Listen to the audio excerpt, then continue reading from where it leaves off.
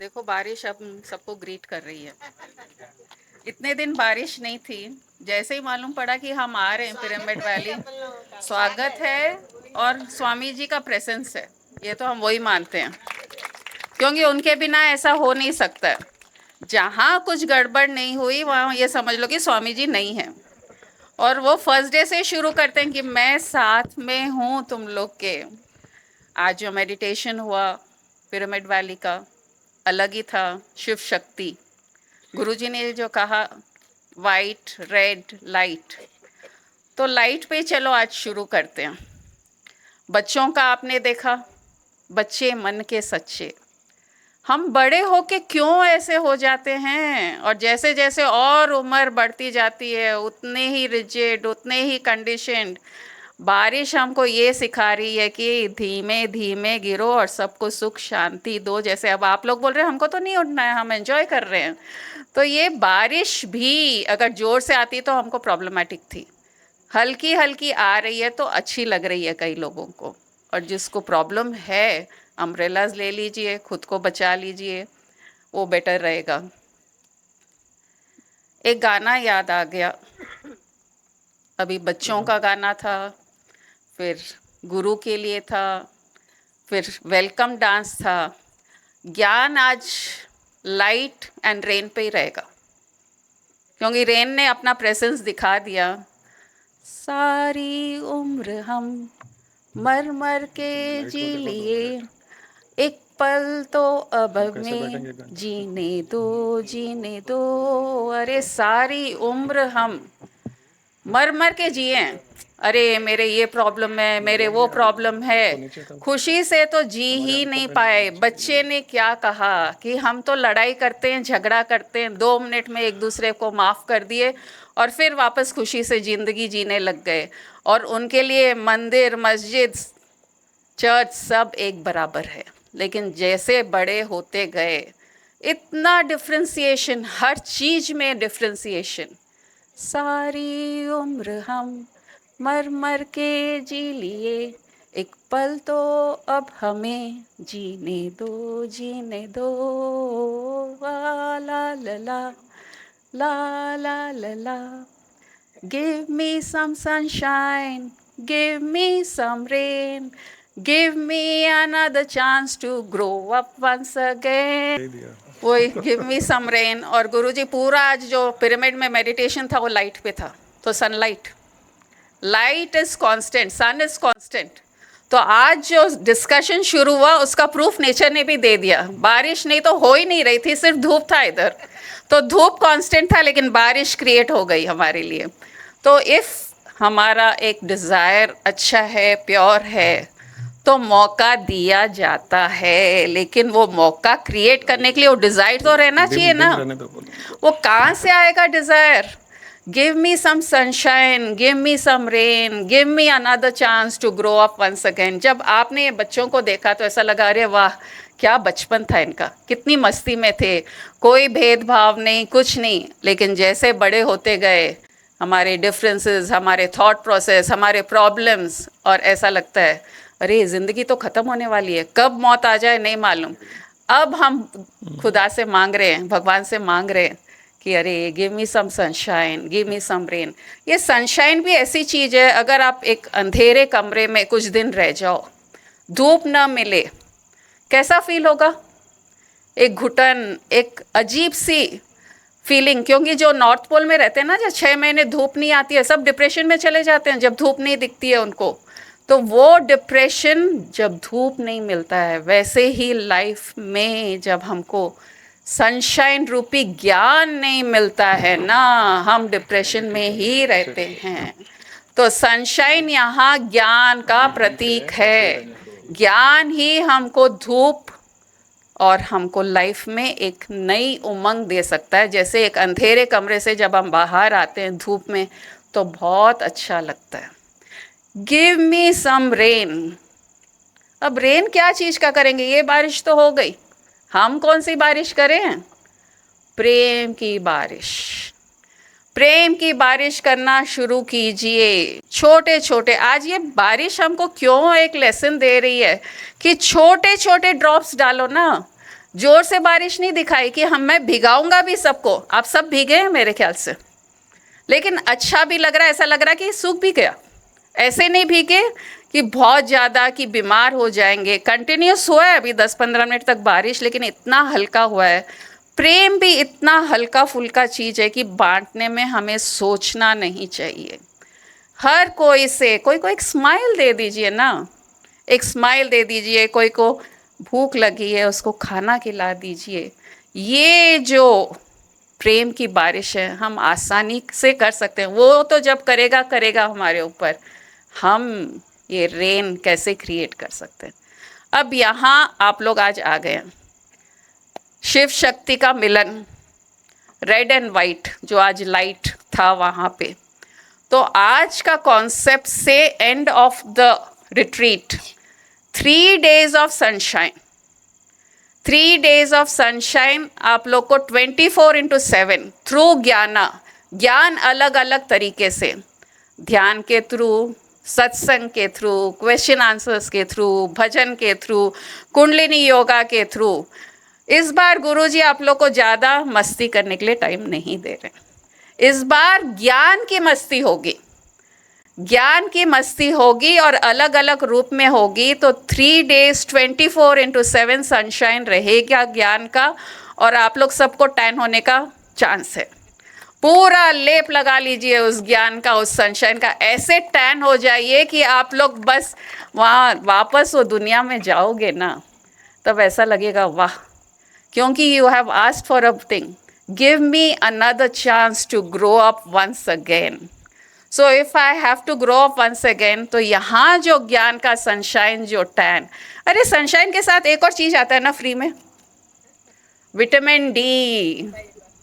Vitamin D के लिए आजकल तो इंजेक्शंस ले रहे हैं लोग। अरे हम इंडिया में हैं, इतनी धूप मिल रही है, हमको इंजेक्शन की क्या ज़रूरत।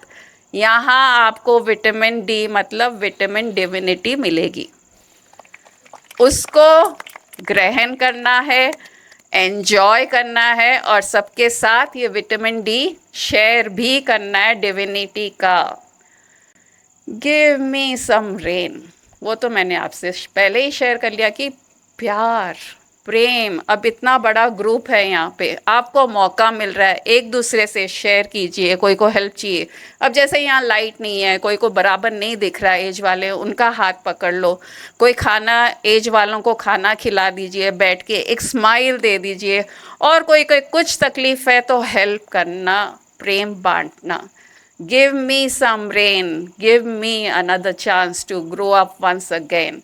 तो अब जब ये 3 दिन का रिट्रीट, इस बार मस्ती ऑफ ओनली ज्ञान एंड प्रेम, ध्यान एंड, जब यहाँ से वापस जाओ आपको ये फॉलो करना पड़ेगा, तभी आपको एक नया मौका मिलेगा कि हाँ अब दुनिया तुम अलग नज़र से देखो ना। अब ये जो ज्ञान मिला है, जो प्यार मिला है, जो ध्यान मिला है यहाँ पे, उसको अपनाओ और लोगों के साथ वापस जो दुनिया में जा रहे हो वहाँ शेयर करो। तो you are getting another chance to grow up once again. और अब आप बोलोगे नहीं, 3 दिन के बाद हम वापस दुनिया में जाते हैं ना, दुनिया हमको घेर लेती है, वो माया ऐसी है। अरे खाली हम ही माया में घिरे हैं क्या? कमल का फूल, अभी रास्ते में थे, कमल का पौंड था, वो कीचड़ में से उगता है। ये तो बहुत बार शेयर किया हुआ है और देखा हुआ भी है कि दुनिया में रहते हुए, माया की दुनिया में रहते हुए, कमल के फूल के जैसे हमें रहना है, क्योंकि कमल स्पेशल, वो कीचड़ से अपना न्यूट्रिएंट्स लेता है और खुद को ग्रो करता है, और ब्लॉसम इतना सुंदर होता है कि सब देवी देवता के साथ सिर्फ कमल ही दिखता है। ब्रह्मा जी कमल पर बैठे हैं, विष्णु जी के हाथ में कमल है, और लक्ष्मी जी के हाथ में भी कमल है। तो माया में रहते हुए हमको हमारा न्यूट्रिएंट्स ये दुनिया से ही लेना है, उसको नकार नहीं सकते। लेकिन हमको एक अनदर चांस मिल रहा है to grow up once again, कि हम उस स्पिरिचुअलिटी में आगे बढ़ सके। हाँ थोड़े प्रॉब्लम्स होंगे, अब तक थे प्रॉब्लम्स। तो जब एक झाड़ में या पेड़ में प्रॉब्लम आता है, छोटा सा पॉटेड प्लांट में कुछ कीड़ा लग जाता है या और कुछ होता है, तो हम क्या करते हैं? या तो गार्डनर के पास वो पॉट ले जाते हैं या गार्डनर को घर बुलाते हैं और बोलते हैं देखो ये पौधा बराबर नहीं उग रहा है, इसके कुछ कीड़े हो गए हैं, क्या करें। एक्सपर्ट एडवाइस लेते हैं गार्डनर से। और वो क्या करता है, उस झाड़ के मट्टी को ऊपर नीचे करता है, थोड़ा न्यूट्रिएंट्स डालता है, मट्टी चाहिए तो और मट्टी डालता है, पेस्टिसाइड भी डालता है, जो कीड़ा है जो उसके ग्रोथ को रोक रहा है उसको वो सब देख के वापस एक नया चांस दे रहे हैं उसको बढ़ने का। वैसे ही यहाँ 3 दिन में आप लोग वापस रीपॉट होंगे, न्यूट्रिएंट्स मिलेंगे और मस्ती भी मिलेगी। ऐसा नहीं है, गुरुजी को बिना मस्ती चलती नहीं है, और मस्ती के साथ वापस जीने का एक नया मौका मिलेगा। बारिश ही बंद हो गई। तो स्वामी जी तो पक्का है इधर। आप सब दिव्य आत्माओं का बहुत बहुत स्वागत है यहाँ पर। दूसरी बार ये रिट्रीट हो रहा है या पिरामिड वैली में।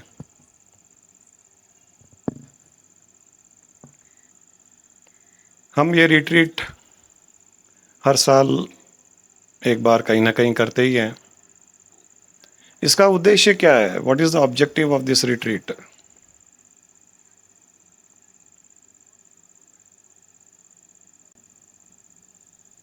हमको हमारे भीतर की सफाई करने के लिए,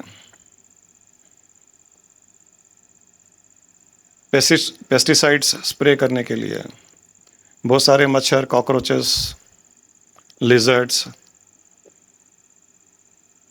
अंदर घर बना चुके होते हैं साल भर में। तो हमको लगता है कि ऐसे जगह जब जाते हैं रिट्रीट में, हम 2-3 दिन वहाँ रहते हैं, वहाँ का एटमॉस्फेयर, ज्ञान, ध्यान, निधि ध्यासन, शंका समाधान, जब ये सब करते हैं तो हमारे भीतर की सफाई हो जाती है। और ये सफाई बहुत ज़रूरी है, ये क्लेंसिंग बहुत ज़रूरी है।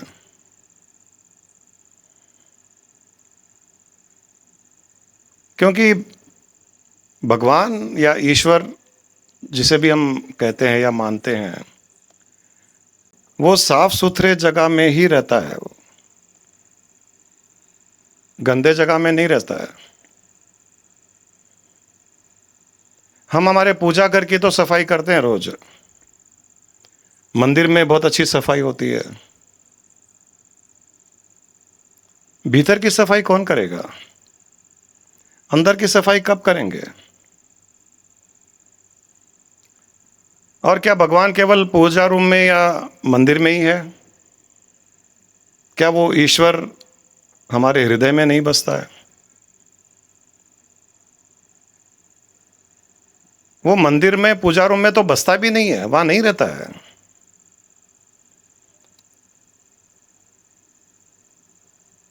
वहां तो केवल एक मूर्ति है जो हमें याद दिलाती है कि संसार किसी दिव्य शक्ति के द्वारा चलती है, चलाई जाती है, उत्पन्न होती है।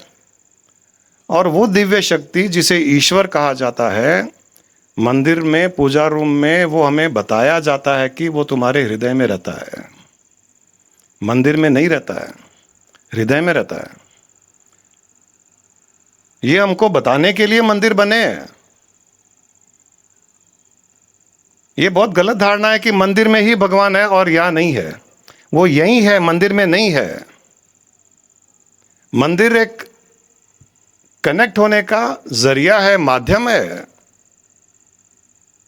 It is only a medium to connect with the God with in inside your heart.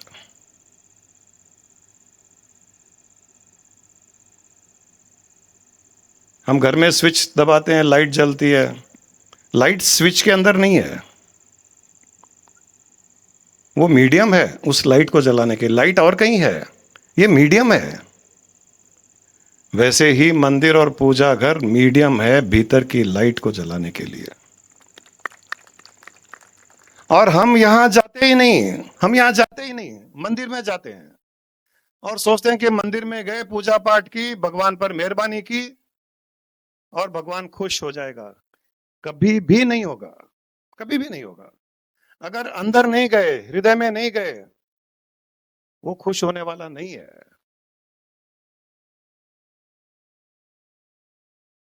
Switch में से लाइट नहीं जल सकती, वैसे ही मंदिर से भगवान प्रकट नहीं हो सकता।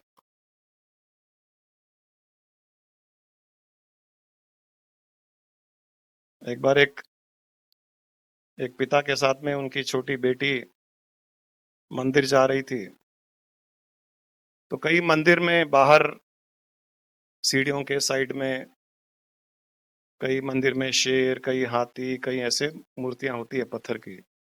तो एक मंदिर में शेर की मूर्ति थी बाहर, शायद माता जी का मंदिर होगा। तो जैसे ही मंदिर के पास में गए, शेर की पत्थर की मूर्तियां थी, तो लड़की भागने लगी, बोली पापा पापा भागो, शेर है यहाँ पर। तो पिताजी ने कहा बेटा ये ये शेर नहीं है, ये कुछ नहीं करेगा। बोला नहीं नहीं ये शेर है, मुझे डर लग रहा है, ये काटेगा। बोला ये काटेगा नहीं, ये पत्थर का शेर है, ये कुछ नहीं करेगा। बोला पापा जब ये पत्थर का शेर कुछ नहीं करेगा, तो मंदिर के भीतर वाले भगवान की मूर्ति क्या करेगी?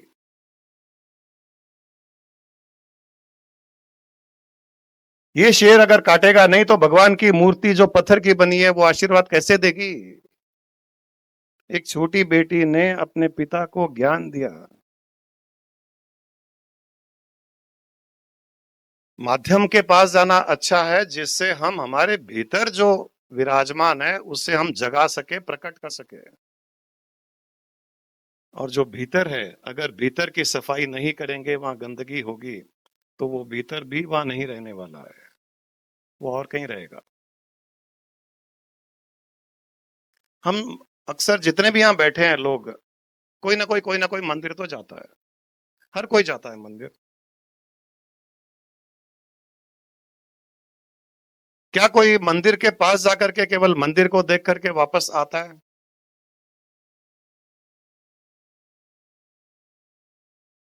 इस मंदिर को देखा बाहर से, उस मंदिर को देखा, इस मंदिर की तारीफ की, वो मंदिर नहीं है, अच्छा अच्छा नहीं है, गंदा है, ये काला मंदिर है, ये सफेद मार्बल का मंदिर है, ये बड़ा मंदिर है, ये छोटा मंदिर है, ये बहुत अमीर मंदिर है, ये गरीब मंदिर है। क्या हम ऐसे करते हैं? कोई नहीं करता, या कोई करता है?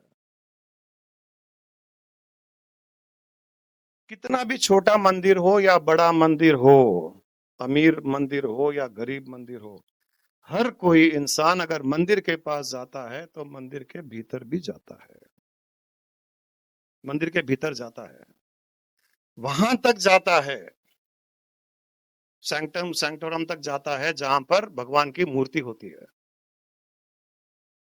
कोई भी मंदिर के बाहर जाकर का वापस नहीं आता। हम जैसे नास्तिक की बात अलग है, लेकिन अक्सर लोग मंदिर तक जाते हैं तो मंदिर के भीतर जाते ही जाते हैं, जहां पर उनको लगता है कि भगवान विराजमान है। केवल बाहर के मंदिर को देख करके वापस नहीं आते, और वहां पर जजमेंट भी नहीं करते कि ये मंदिर अच्छा या बुरा है, या बड़ा है या छोटा है, या अमीर मंदिर है या गरीब मंदिर है। फिर हम इस प्रकार का जजमेंट चलते फिरते मंदिर के साथ में कैसे करते हैं? हर इंसान जो यहाँ बैठा है, या हर इंसान जो यहाँ नहीं बैठा है, सारी दुनिया में जो इंसान है वो चलता फिरता मंदिर है। हम उसको बाहर से देख के ही जज क्यों करते हैं? हम उसको बाहर से देख करके ही ये अच्छा है, ये बुरा है, ये काला है, ये गोरा है, ये पैसे वाला है, ये गरीब है, ये कैसे करते हैं? हम उसके भीतर जाकर के सैंक्टम सैंक्टोरम में उस ईश्वर के दर्शन क्यों नहीं करते?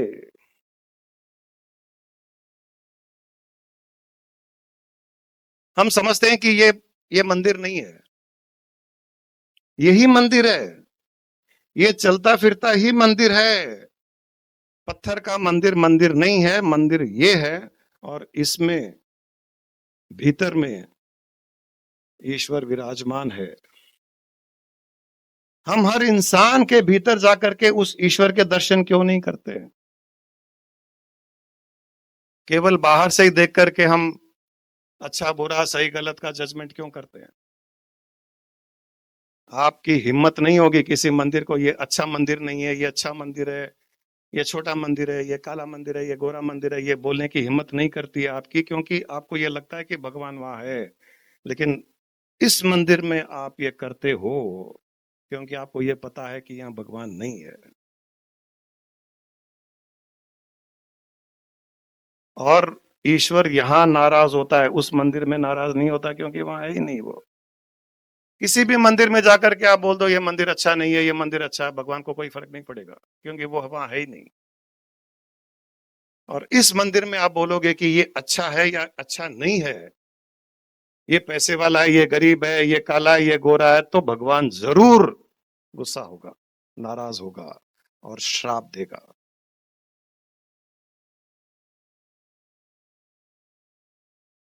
ये जानने के लिए ही हम इस प्रकार के रिट्रीट में आते हैं, सत्संग में आते हैं, फिर 2-3 दिन हमको ये ज्ञान अंदर उतरता है, अंदर की सफाई करते हैं, अंदर के भीतर के ईश्वर को जगाते हैं और दिव्यता लेकर के यहाँ से जाते हैं, विटामिन डी वाली डिविनिटी। इसके लिए रिट्रीट में आना होता है। Use this opportunity of having come to retreat to the fullest extent. हर कोई दूर दूर से आया है, कहीं से आया है, अपना टाइम दे रहा है, एनर्जी दे रहा है, अपने पैसे खर्च किया है। यहाँ पर आकर के इसको इतना यूज कीजिए कि आप यहाँ से जब वापस जाओ तो लोग आपको पहचाने नहीं कि ये कौन आया है, ये कौन आया है। और आपको देख करके, आपके व्यवहार को देख करके, आपकी बातों को देख करके उसके मन में इतनी श्रद्धा जागे कि वाह, तुम कौन हो, तुम कहां जाकर के आए हो। ये उसके मन में एक भावना जागनी चाहिए जब आप वापस यहां से जाओगे तो। आपके पास तीन ऑप्शंस है।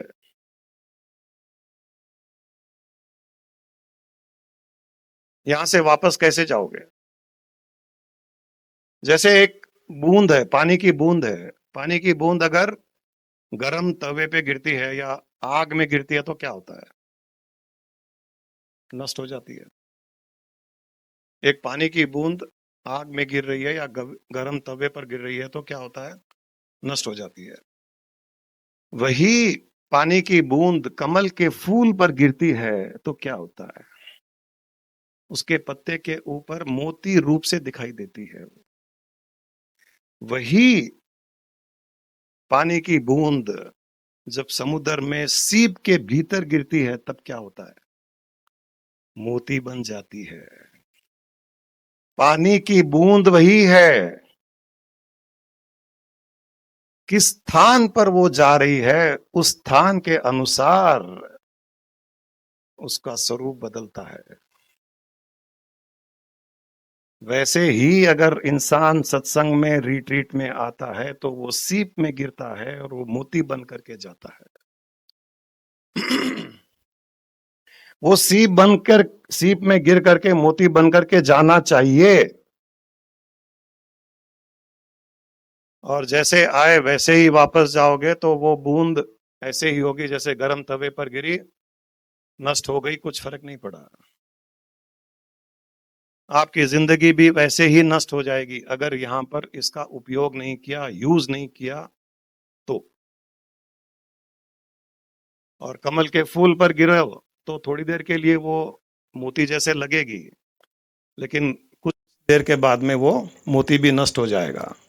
लेकिन सीप में गिरोगे, ऑयस्टर में अगर पानी की बूंद गिरेगी तो मोती बन करके ही बाहर आएगी। फिर वो पानी की बूंद नहीं रहेगी, वो मोती बन जाएगी। आपको एक अपॉर्चुनिटी है यहां पर ऑयस्टर में गिरने की, सीप में गिरने की और मोती बनकर वापस जाने की। मोती बनोगे तो लोग अपने गलों में माला की तरह पहन करके घूमेंगे।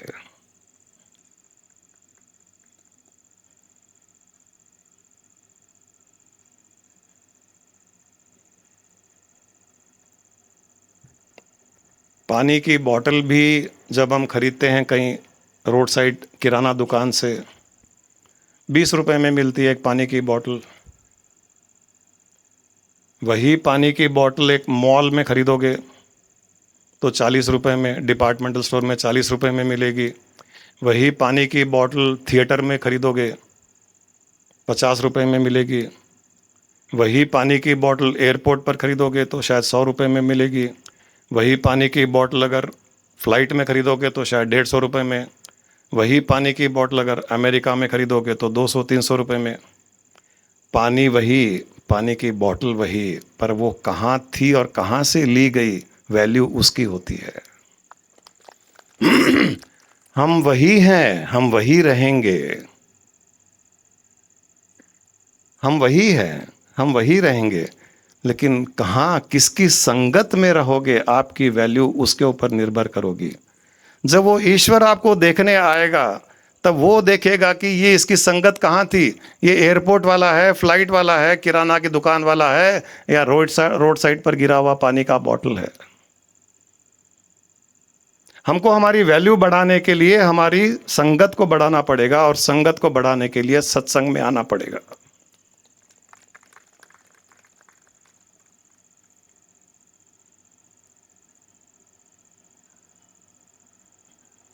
सत्संग में ज्ञान मिलता है, शुद्ध ज्ञान।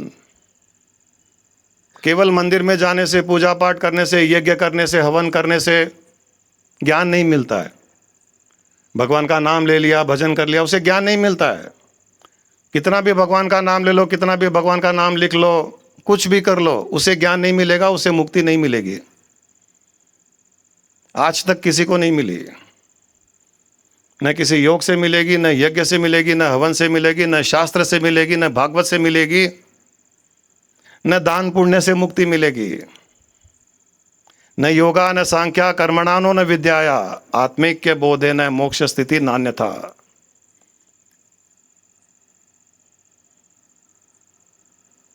अब सवाल ये उठता है कि ज्ञान से मुक्ति क्यों मिलती है। चलिए, ज्ञान से ही मुक्ति क्यों मिलती है? योग से मुक्ति क्यों नहीं मिलती? क्रिया से मुक्ति क्यों नहीं मिलती? भक्ति से मुक्ति क्यों नहीं मिलती? भगवान का नाम लेने से मुक्ति क्यों नहीं मिलती? ये मैं कह रहा हूं, नहीं मिलती है। कोई कितना भी कहे कि राम नाम लो मुक्ति मिलेगी, नहीं मिलेगी। कोई कितना भी कहो राधे राधे करो, कोई कितना भी कहो कृष्ण कृष्ण करो, मुक्ति मिलेगी, नहीं मिलेगी।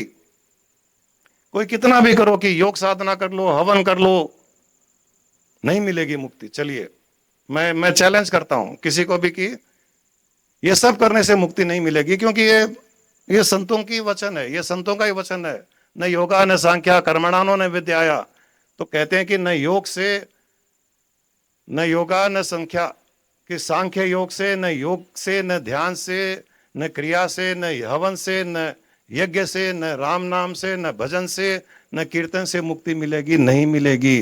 केवल और केवल आत्मिक के बोधे न, आत्मा का बोध होने पर ही मुक्ति मिलेगी। अब यहां प्रश्न यह आता है कि केवल ज्ञान से मुक्ति कैसे मिलेगी? जब हम सबसे पहली बार, जब सोल, जब जीवात्मा,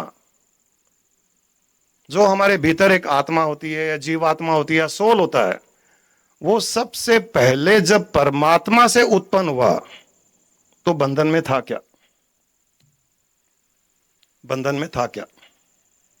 कोई बताएगा बंधन में था या नहीं था? बंधन में नहीं था। प्योरेस्ट फॉर्म में जब वो फर्स्ट टाइम, क्योंकि कभी ना कभी तो सोल फर्स्ट टाइम उत्पन्न हुआ है, उस प्योरेस्ट फॉर्म ऑफ कॉन्शियसनेस से, उस ब्रह्म से, उस परमात्मा से आत्मा उत्पन्न हुई है, जीवात्मा उत्पन्न हुई है पहली बार। जब पहली बार उत्पन्न हुआ तो वो क्या बंधन में था? नहीं था। बंधन में कैसे आया? बंधन में कैसे आया?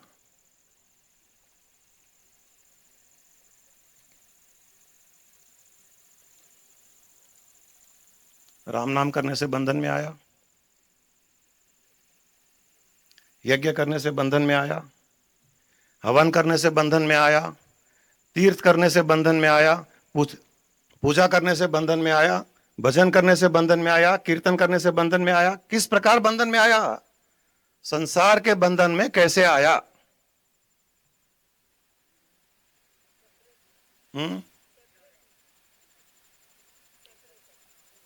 सेपरेट, अलग तो हो गया, अलग तो हो गया, लेकिन बंधन में क्यों पड़ा?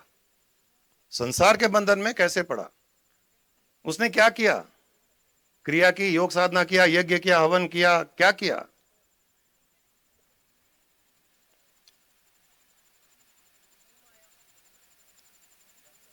हाँ, विचारों के द्वारा बंधन में आया,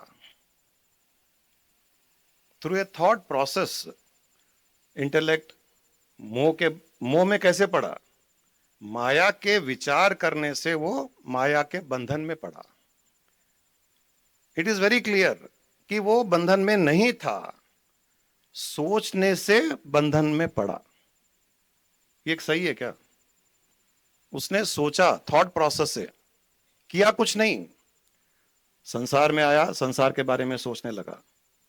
परिवार में आया, परिवार के बारे में सोचने लगा। संपत्ति आई, संपत्ति के बारे में सोचने लगा। सोचने से बंधन में पड़ा या और किसी चीज से बंधन में पड़ा? इज इट क्लियर कि सोचने से ही बंधन में पड़ा या नहीं है? कोई अग्री नहीं कर रहा है? फर्स्ट टाइम प्योरेस्ट फॉर्म उत्पन्न हुआ, संसार में आया।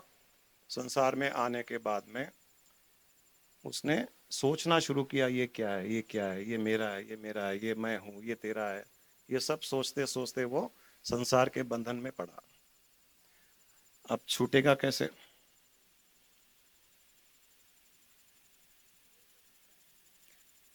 रूल एक ही है, जिस रास्ते से आया उसी रास्ते से वापस जा सकता है।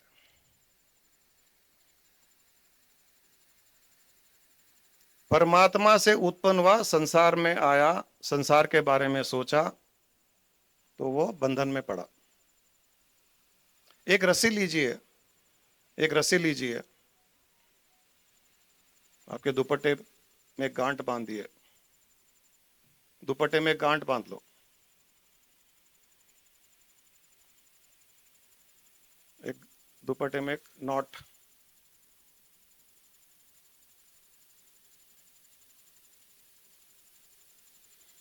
अब नॉट को खोलना है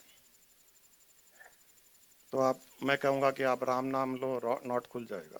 नहीं खुलेगा, क्यों? राम नाम से तो मुक्ति मिलती है।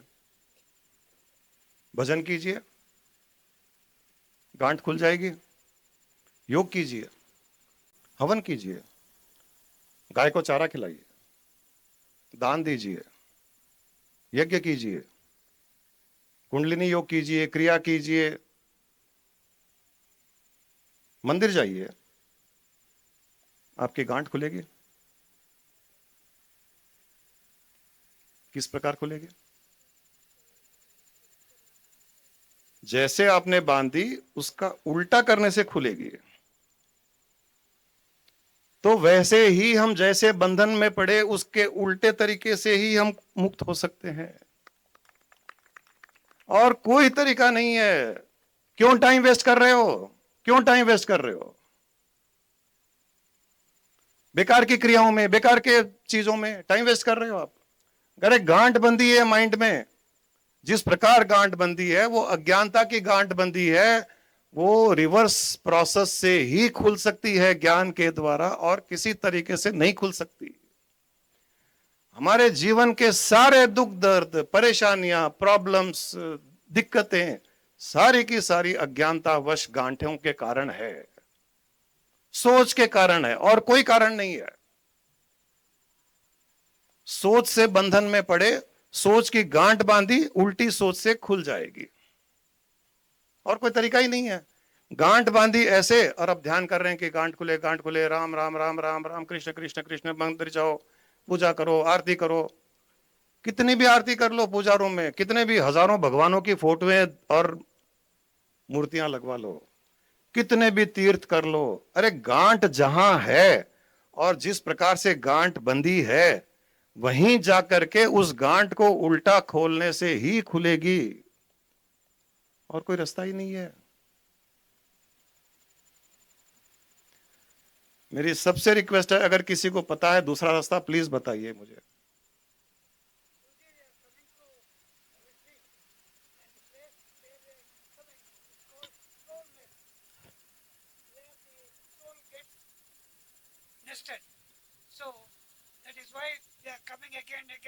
No, that is okay. I am asking if there is another route to liberation. I want to know. मुझे एक इस लॉजिक का पता है कि जैसे जैसे बंधन में पड़े हैं वही तरीका है छूटने का, रिवर्स प्रोसेस ही छूटने का है। और कोई तरीका है क्या? कोई बताए मुझे। मेरी रिक्वेस्ट है सबसे, क्योंकि मैं जानना चाहता हूं, मैं भी इंक्विजिटिव हूं कि कोई तरीका है क्या। क्योंकि यहाँ सब हम मंदिर जाते हैं, हम हवन करते हैं, हम यज्ञ करते हैं, हम राम नाम जपते हैं, हम पूजा पाठ करते हैं, हम आरती करते हैं, हम सब करते हैं। क्या उससे मुक्ति होगी? क्या इनके दुपट्टे की गांठ खुलेगी? क्या आपके मन की गांठ खुलेगी उन चीजों से? कोई तो बताए। इतने ज्ञानी बैठे हैं यहां पर, कोई तो बताए। हर कोई ने इतने शास्त्र पढ़े हैं, इतने भागवत सुने हैं, कोई तो बताए कि है रास्ता, है ये रास्ता, बताए ना।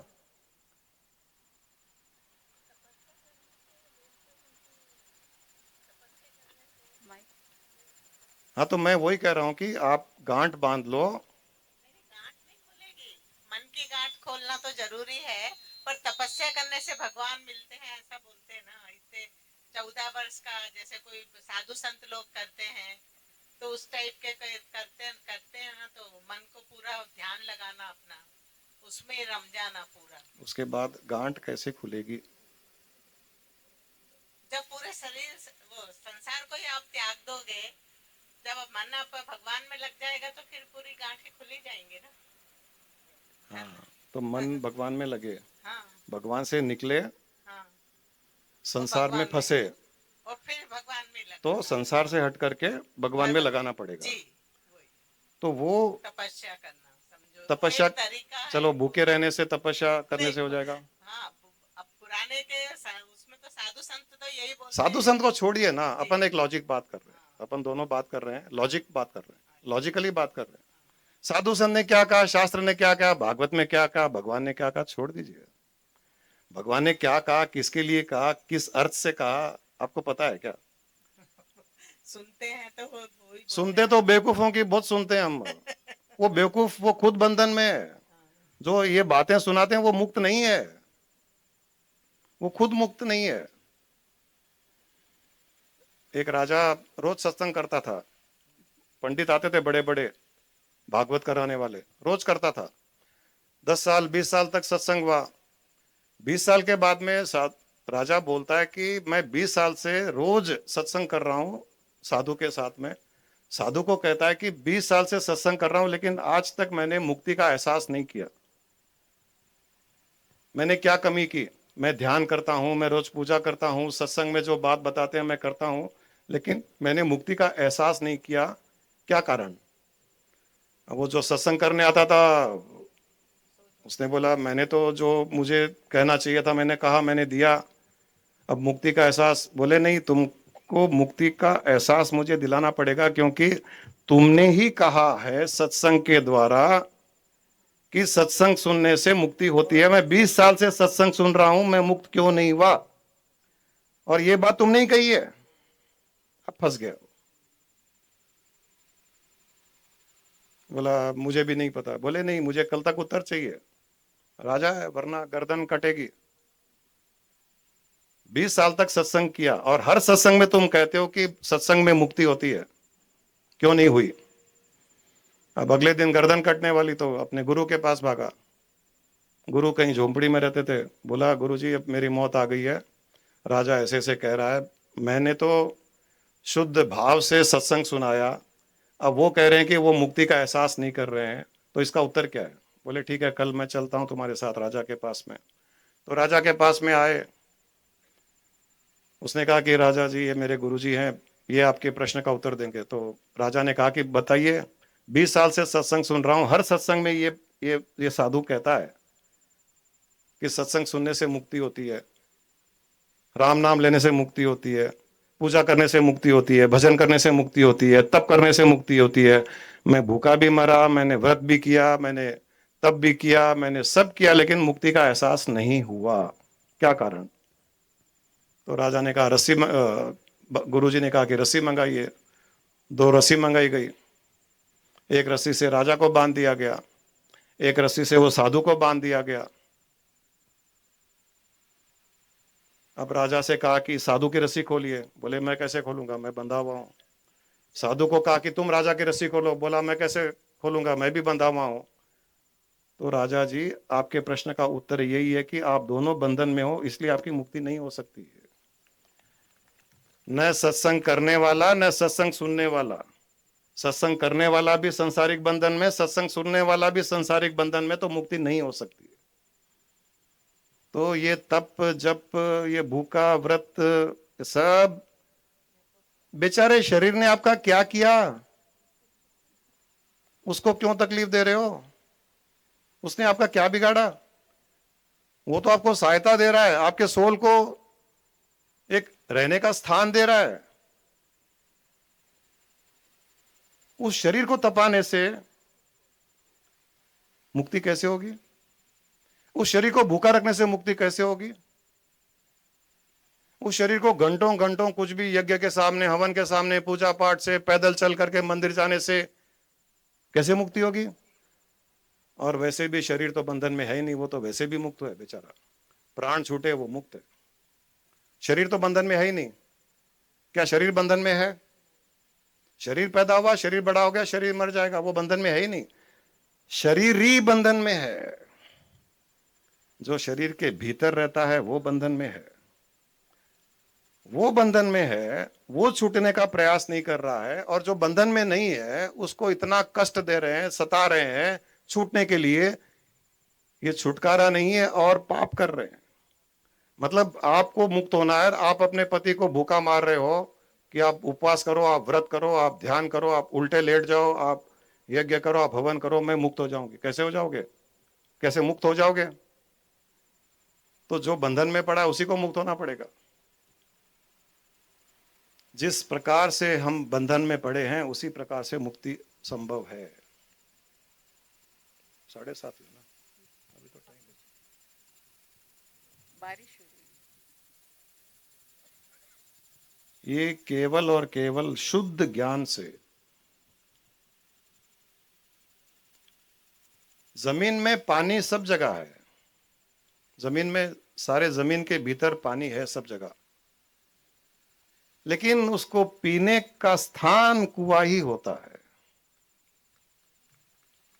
वैसे ही ज्ञान सब जगह है, शास्त्रों में है, किताबों में है, पंडितों के पास है, लेकिन शुद्ध ज्ञान वही मिलेगा जहां पर शुद्ध मुक्त आत्मा बसती है, वहां पर प्यूरिफाइड ज्ञान मिलेगा।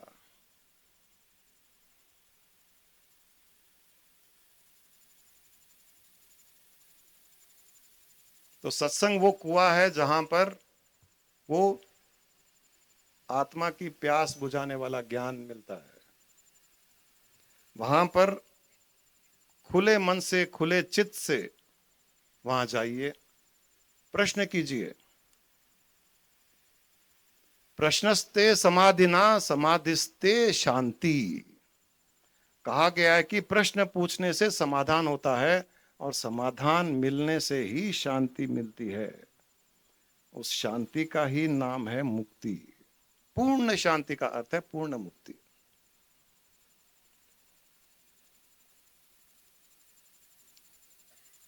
अब यहां पर एक दूसरा एस्पेक्ट है कि क्या हमें ये सब क्रियाएं नहीं करनी चाहिए?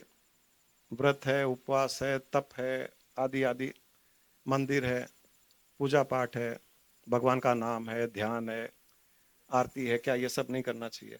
करना चाहिए। अब यहाँ एक दूसरा उसका एक एस्पेक्ट है कि चित्तस्य शुद्धये कर्म न तु वस्तुपलब्धये वस्तु सिद्धिर विचारेण न किंचित कर्म कोटि भी।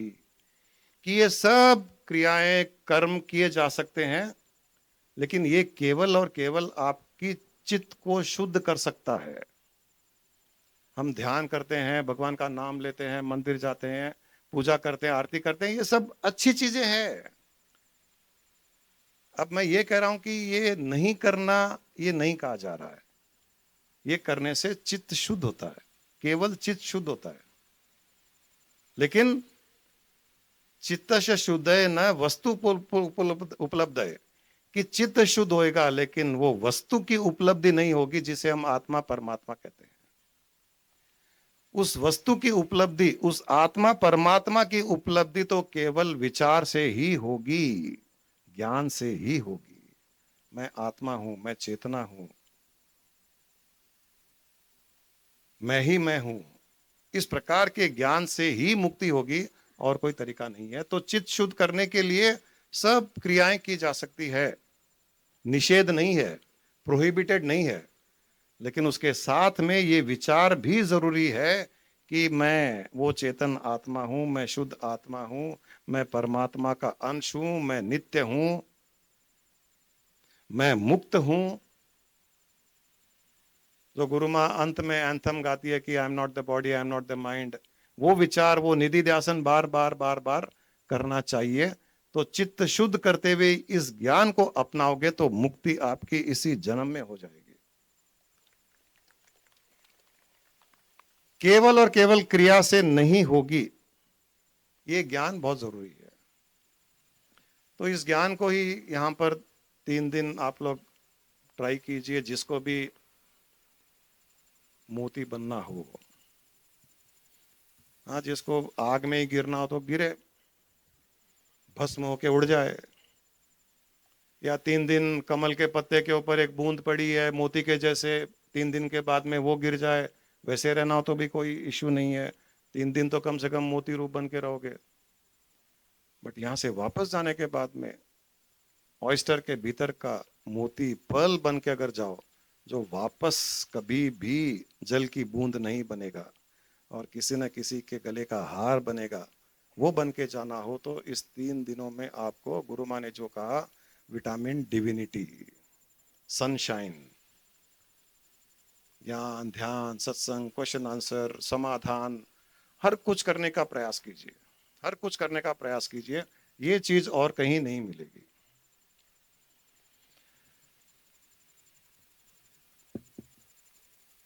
अगर कोई प्रश्न पूछना चाहता है तो थोड़ी देर के लिए, अगर बारिश में भीगना चाहते हो तो, या फिर उठ के जा भी सकते हैं, बारिश आ रही है। फिर जयेश, जयेश पीछे पीछे, प्लीज रेज योर हैंड। उसको देखिए उधर, जानती, लास्ट। इधर इधर।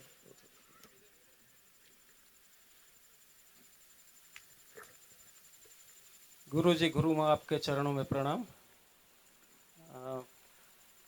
जैसा आपने ज्ञान दिया कि गांठ को उल्टी खोले बगैर खुलती ही नहीं, चाहे हम कितना जप कर ले, तप कर ले, व्रत कर ले, मगर ये 100% सही है कि जब तक हम गांठ को उल्टी नहीं खुलेंगे, जब तक खुलने वाली नहीं है। तो जब मुझे मुक्ति की बात आई तो मुझे ये प्रश्न, ये विचार मेरे मन में आया कि हमारा उद्देश्य क्या सिर्फ मुक्ति के लिए ही रहना चाहिए? हमारा जीवन का उद्देश्य यही चाहिए कि हमारा आत्म कल्याण का, हम मुक्त हो जाए। श्रीमद राजचंद्र जी और महात्मा गांधी, ये दो एक ऐसे व्यक्ति थे। श्रीमद राजचंद्र जी के विचारों से महात्मा गांधी बहुत ही प्रभावित हुए थे। इतने प्रभावित थे कि उनका मार्गदर्शन लेते थे वो, और उनके हिसाब से ही जीवन में उतारा था उन्होंने। फिर भी ये दोनों के जीवन में कितना डिफरेंस है। श्रीमद राजचंद्र जो है वो सिर्फ आत्म कल्याण के लिए अपना जीवन जिए, और महात्मा गांधी ने गीता का कर्मयोग अपने जीवन में अपनाया और पूरे देश के लिए लड़े।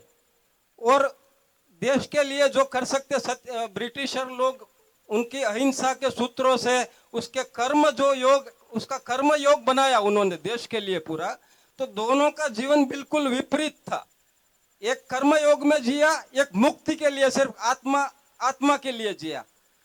तो ये थोड़ा, इसके लिए थोड़ा मार्गदर्शन कीजिए आप।